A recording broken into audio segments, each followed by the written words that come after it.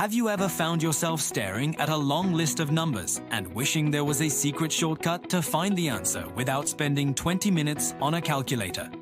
Today, we are going to dive into a classic math challenge that looks intimidating at first glance, but is actually incredibly simple once you know the hidden logic behind it. We are talking about how to calculate the sum of all odd numbers from 1 up to 100. If you were to sit down and manually add 1 plus 3 plus 5 plus 7 and keep going all the way until you hit 99, you would likely lose track or make a small mistake somewhere along the line.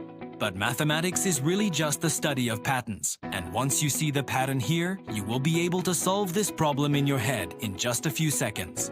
Let us start by defining exactly what we are looking for. We want the sum of the sequence of odd integers starting at 1 and ending at 99 because 100 itself is an even number. The very first thing we need to determine is how many numbers are actually in this set. If we look at all the integers from 1 to 100, there are exactly 100 numbers total. Since these numbers alternate perfectly between even and odd, we know that exactly half of them are odd and the other half are even. This means we are dealing with a total of 50 odd numbers. In mathematical formulas, we often refer to this total count as n. So in our case, n equals 50. Now here is where the real magic happens. There is a beautiful and elegant rule in mathematics which states that the sum of the first n odd numbers is always equal to n squared. This means you simply take the number of terms you have and multiply that number by itself. Since we just established that there are 50 odd numbers between 1 and 100, all we have to do is calculate 50 times 50.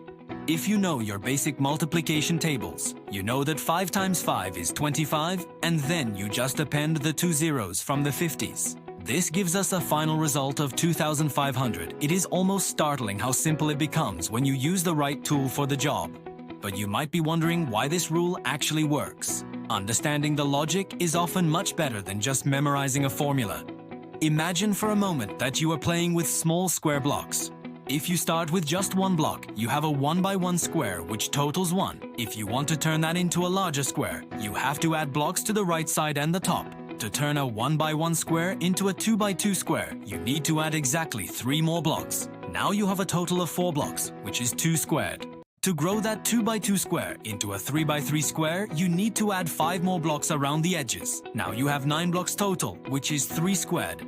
Every time you want to grow the square to the next size, you have to add the next odd number in the sequence. This visual proof shows that the sum of odd numbers will always result in a perfect square. Because we are adding the first 50 odd numbers, we are essentially building a massive square that is 50 blocks wide and 50 blocks tall. If that visual method does not resonate with you, there is another famous way to look at this, using what is known as an arithmetic series.